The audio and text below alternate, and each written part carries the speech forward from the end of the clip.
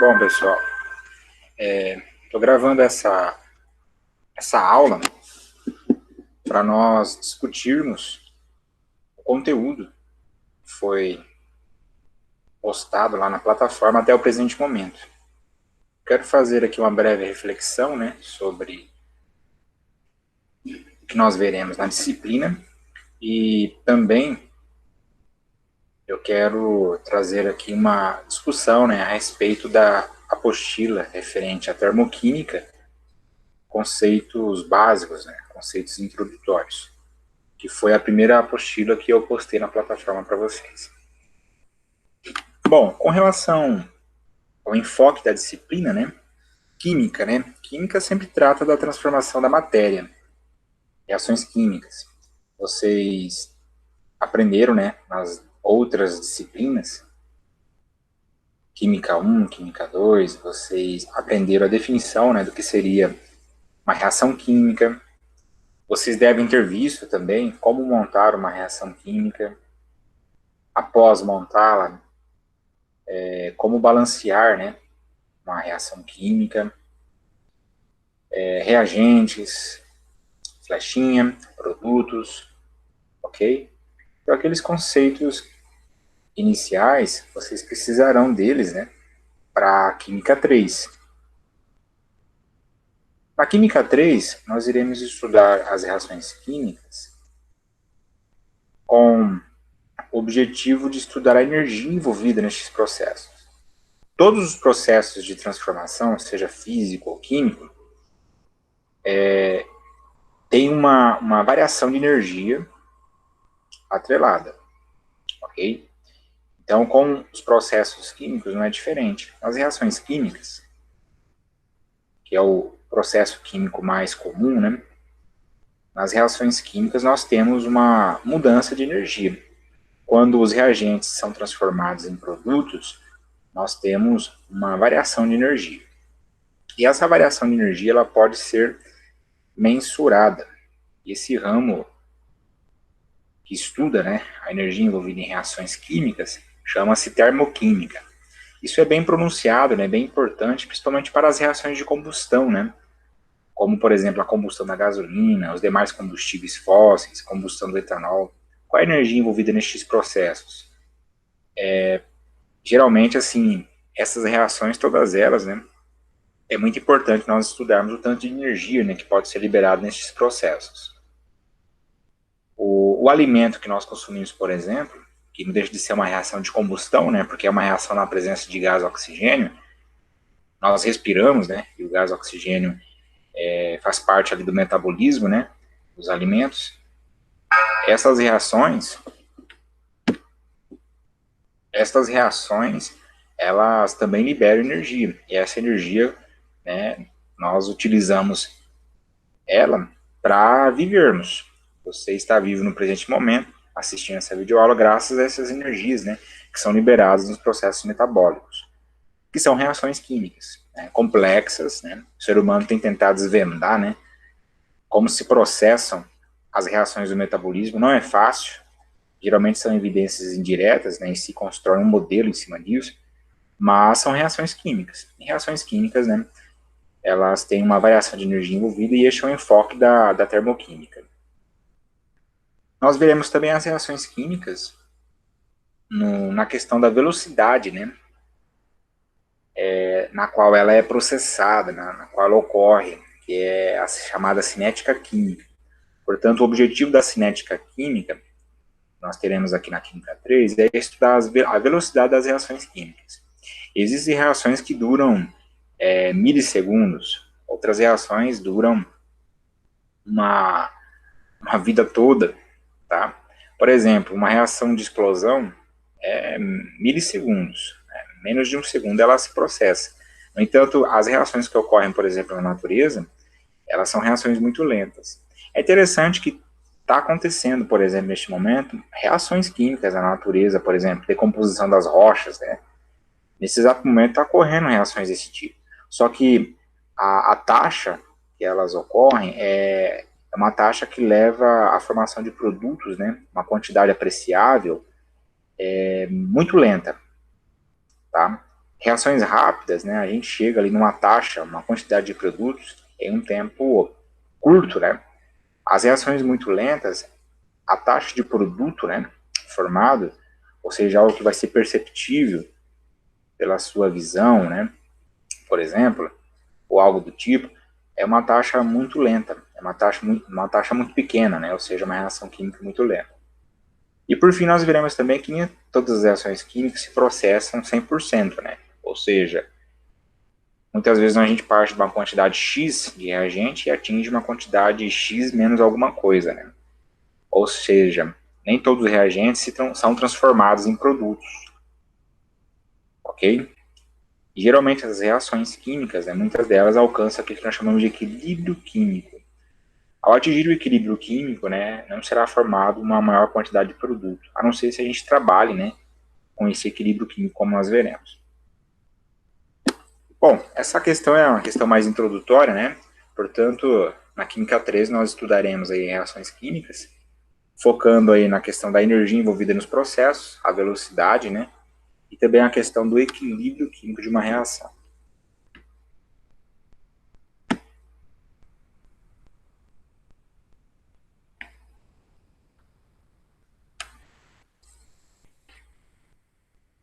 Bom, eu vou colocar aqui para apresentar para vocês.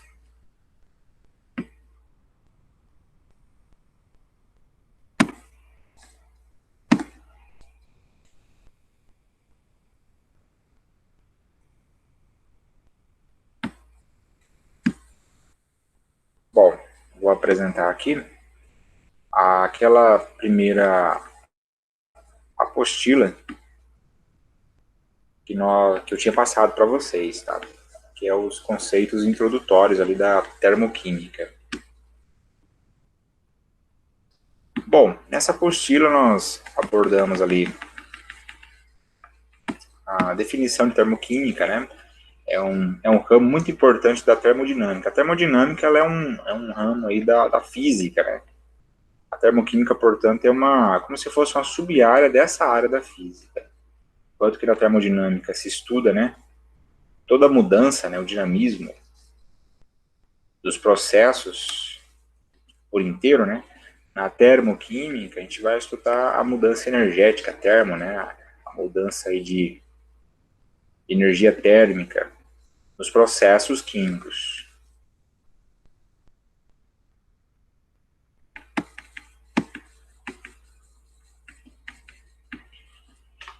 Questão da energia térmica, né? O que seria energia térmica? Nada mais é que o próprio calor, ok?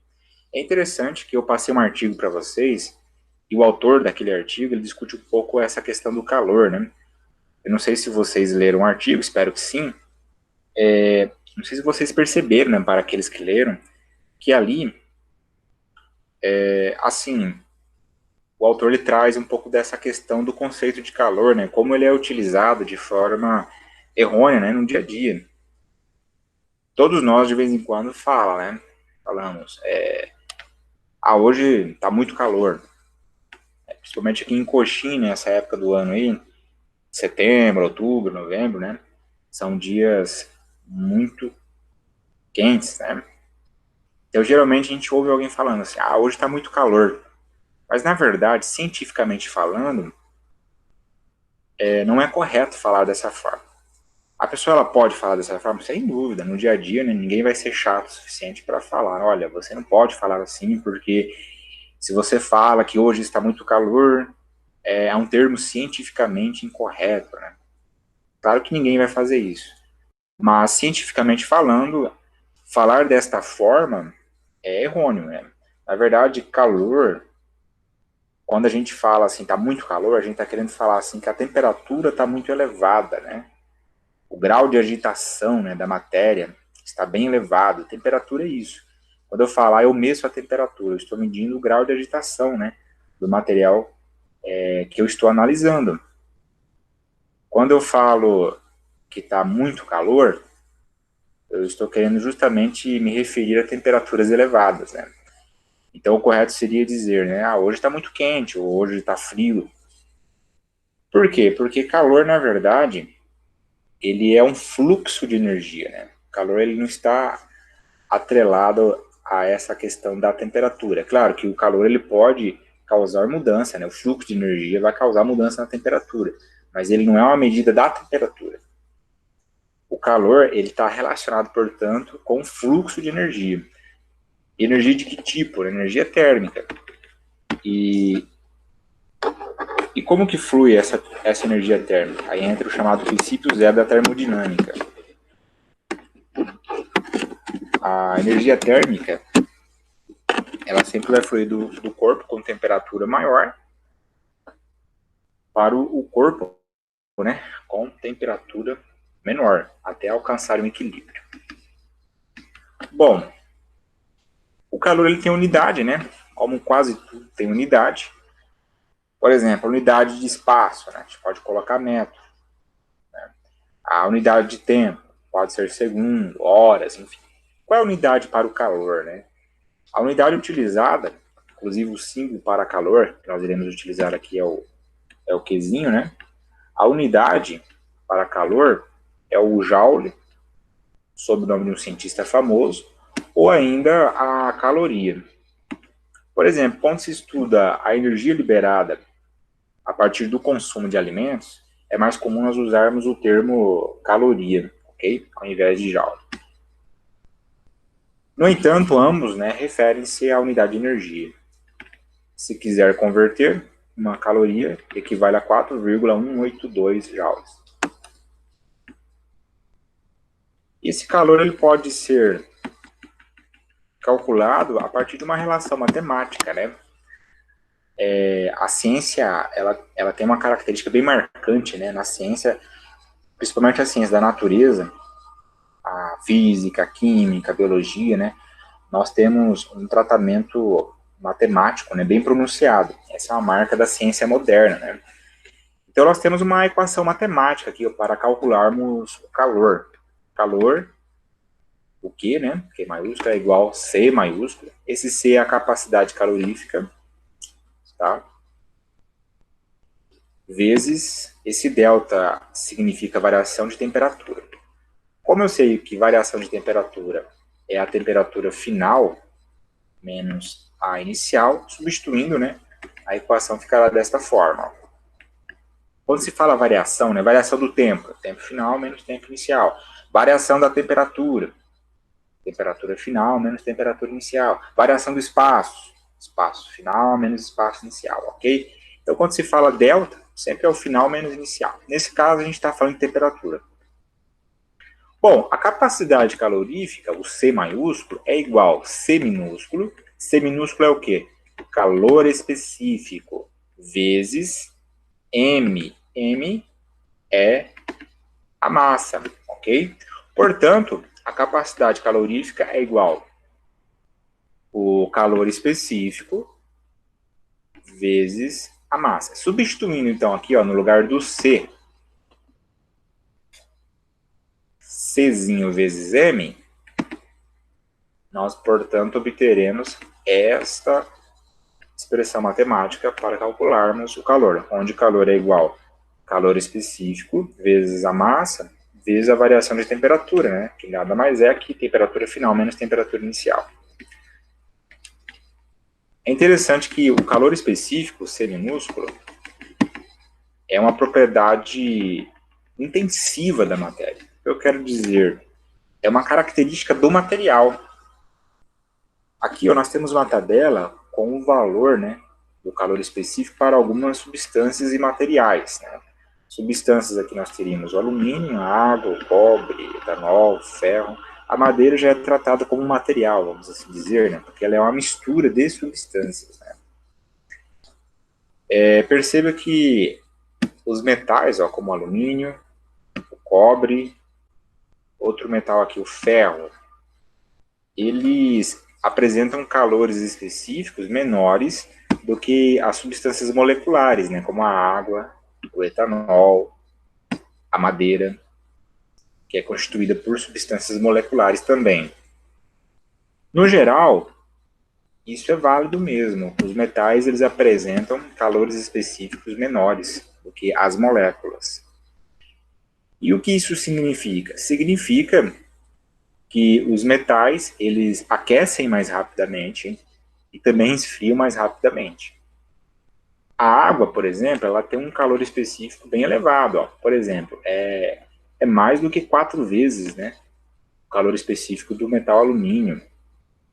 Considerando o ferro, seria em torno aí de umas 9 vezes, né, maior do que o calor específico do ferro. Então a água ela apresenta um calor específico bem elevado. Tanto que a água ela demora a esquentar e também demora a esfriar. Ou seja, o calor específico da água é elevado, ou seja, ela consegue reter calor. Você consegue viver isso na prática. Por exemplo, se você vai tomar um banho de piscina bem no início da noite, e aquela piscina passou a tarde toda tomando sol, né? O sol ele libera energia térmica, como a gente sabe, né? Basta sair aí fora, você vai perceber isso. Essa energia térmica ela é absorvida pela água. Como a água ela apresenta um calor específico elevado, é interessante observar que ela vai esfriar lentamente. Tanto que se você for tomar um banho aí de piscina no início da noite, né, você perceberá que a água ainda estará morna. Aqui eu dei alguns exemplos, exercícios resolvidos. Se vocês tiverem alguma dúvida, né, com relação à resolução destes exercícios resolvidos, vocês poderão entrar em contato comigo. Lembrando que o meu plantão é na terça, né, e na quarta-feira. Está lá na plataforma os horários. Vocês poderão visualizar lá. Bom, no primeiro exercício resolvido, né, o valor de Q é positivo. Ok. Se a temperatura final for menor que a inicial, o valor de Q obrigatoriamente será menor que zero. Obviamente, né, vamos colocar que a variação de temperatura é a temperatura final menos a inicial. Mas se a temperatura final, por exemplo, for 20 graus e a temperatura inicial for 30, quer dizer que o sistema esfriou, ok? Porque o sistema foi de 30 graus, tá? A temperatura inicial, ele foi para 20 graus, temperatura final. Só que na fórmula nós temos que a variação de temperatura é igual à temperatura final, que seria 20, menos a temperatura inicial. Então nós temos o quê? Menos 10, um valor negativo. Se nós temos um valor negativo, o valor de Q, se você estiver calculando ele, né, no final será negativo. Isso é possível? É possível. Porque o valor de Q negativo só simboliza o seguinte, que o sistema esfriou. Nos exemplos que eu dei, o valor de Q era positivo, ou seja, o sistema esquentou. O valor de Q negativo significa que o sistema esfriou, liberou energia térmica. E quando se fala liberar energia térmica, é a liberação de energia térmica para a vizinhança, né? O sistema é tudo aquilo que nós estamos estudando. É a área delimitada, né, para o estudo científico. Existe o sistema e a vizinhança. O que separa os dois é a fronteira. Um sistema, ele vai, portanto, trocar, né, energia térmica e também ele pode trocar massa com a vizinhança. Então, ele é um sistema aberto. Vamos supor que o sistema ele apenas troca com a vizinhança energia térmica, mas não troca massa. Então, ele é fechado. Se o sistema não trocar energia térmica e nem trocar massa, né, não perder massa para a vizinhança ou vice-versa, ele é um sistema isolado. Um sistema bem próximo do sistema isolado, né, que nós temos no dia a dia, é a garrafa térmica. Né? Na garrafa térmica nós temos ali o seguinte, né, ela não deixa, né, que matéria, né, seja retirada, né, do sistema para a vizinhança. E a garrafa térmica, ela é um sistema isolado porque ela conserva o calor, ou seja, esse calor ele não é perdido assim, para a vizinhança. É claro que a garrafa térmica, você deve estar se perguntando, mas como assim, né? O café ele esfria dentro da garrafa térmica. É porque a garrafa térmica ela não é um sistema isolado, né? Perfeito, ok? Mas enfim, voltando aqui ao raciocínio do exercício 1, então quando o calor ele é negativo, quer dizer que o sistema ele absorveu o calor da vizinhança. Quando o calor é positivo, quer dizer que o sistema melhor, deixa eu recapitular aqui, é o inverso, tá? Se o sistema, o calor é positivo, quer dizer que ocorreu o quê? Ocorreu uma absorção de calor da vizinhança pelo sistema. Se o calor é negativo, ocorreu o inverso, né? Liberação de calor do sistema para a vizinhança, ok? Então é possível? Sim, sim é possível. Dois corpos A e B estão em contato. O corpo A tem temperatura maior que o corpo B. Em qual direção será o fluxo de calor? Essa daqui ela é tranquila, tá? Tem a ver com o princípio zero da termodinâmica. Tem uma pesquisadinha que vocês a responderão facilmente. Bom, diferencia um sistema isolado de um sistema aberto. Já dei as dicas. Considerando a tabela de calor específica, é correto afirmar que metais apresentam calor específico maior em comparação com moléculas. A água esquenta e resfria mais rapidamente em comparação com o ferro. A madeira retém calor por mais tempo do que os metais apresentados na tabela. Aqui a correta, pessoal, será a letra C. Por quê? Comparando a madeira com os metais, ela apresenta um calor específico maior. Logo, ela retém por mais tempo o calor e também, como consequência, né, ela esquenta mais devagar e retém por mais tempo este calor. Esfria mais devagar também. A letra A, por exemplo, ó, metais apresentam calor específico maior em comparação com moléculas. A própria tabela já desmente isso, né? Por exemplo, o calor específico do alumínio não é maior que o da água. Letra B. A água esquenta e resfria mais rapidamente em comparação com o ferro. Não é verdade, porque o ferro ele tem um calor específico menor. Então, quem esquenta e resfria mais rapidamente é o ferro, não a água. A 25 graus Celsius e 1 atm, a combustão de 1 mol de metano libera 212,8 kcal. Isso daqui é calor, ok? A massa de 1 mol de molécula de CH4 é igual a 16 gramas. 1 mol de CH4 é igual a 16 gramas, né? Carbono, 12, mais 4 hidrogênios. 12 mais 4, 16 gramas, ok? Qual a capacidade calorífica do metano? A capacidade calorífica é aquele C maiúsculo, ok? É aquele C maiúsculo.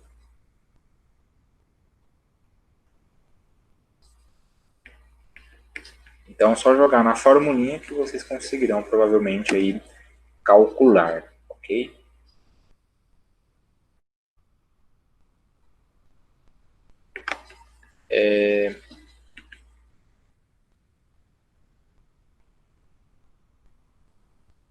Bom, na verdade esse exercício, pelo que eu estou vendo aqui agora, pode até desconsiderar ele, porque ele não tem dois valores de temperatura, né? Verdade, ó. Olha só. Porque você precisa do delta T, né? Para achar a variação de temperatura. Só que ele só dá um valor. Então você tem o quê? Você teria que achar a capacidade calorífica, que é o C maiúsculo lá, vezes o delta T. Mas e o delta T? Como que a gente vai calcular ele? Eu retirei esse exercício aqui de um livro e eu não tinha prestado atenção que o livro está equivocado, né? Teria que ter um outro valor de temperatura, por exemplo, 20 graus, né? Para a gente calcular o delta T. Esse exercício 5, vocês podem, portanto, desconsiderá-lo.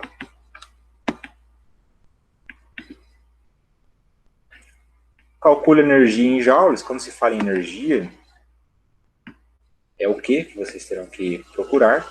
Necessária para elevar 1 grau Celsius. 1 grau Celsius é a variação de temperatura. Professor, mas o exercício não deu a temperatura inicial e final. Não importa, porque quando se fala em elevar, já está falando de variação. Então é 1 grau Celsius.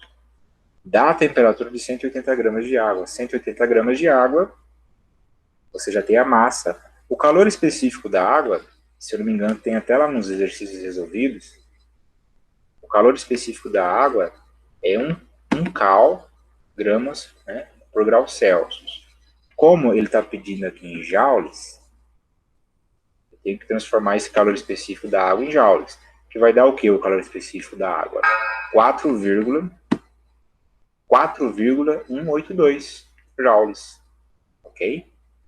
Então, ó, calcule a energia em joules necessária para levar 1 grau Celsius, variação de temperatura, massa vocês têm, 180 gramas, e o calor específico é 4,182 joules, gramas por grau Celsius. Professor, mas eu tô confuso, por que a gente não utilizou isso daqui? É porque o bendito exercício, né, pediu em joules. Essa unidade aqui, ó, ela está em caloria. Como eu faço para transformar caloria em joules? Eu sei que uma caloria equivale a 4,182 joules. Aqui eu tenho quantas calorias? Uma. Então, quantos joules será o calor específico da água em joules, né? 4,182 joules, gramas por grau Celsius. Qual é a quantidade de calor? Então, você já tem que procurar o quê? O quê? O quezão, ok? Então, temos que procurar o quê? Achar o quê nesse exercício? Calor envolvida quando 500 gramas, aqui é massa, de água sofrem uma variação de temperatura de 20 graus Celsius até 21,3 graus Celsius. Então, você tem aqui a temperatura final, temperatura inicial, só fazer isso menos isso, ok? Você terá o ΔT, tem a massa de água, e aqui, ó, você pode utilizar esse valor aqui de calor específico da água para você calcular, ok?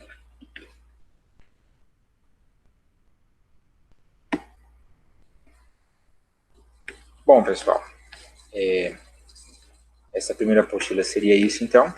Vou gravar aqui um outro vídeo e a gente vai discutir também o conteúdo, né, envolvendo a apostila sobre termoquímica, né, sobre entalpia. Seria isso, então.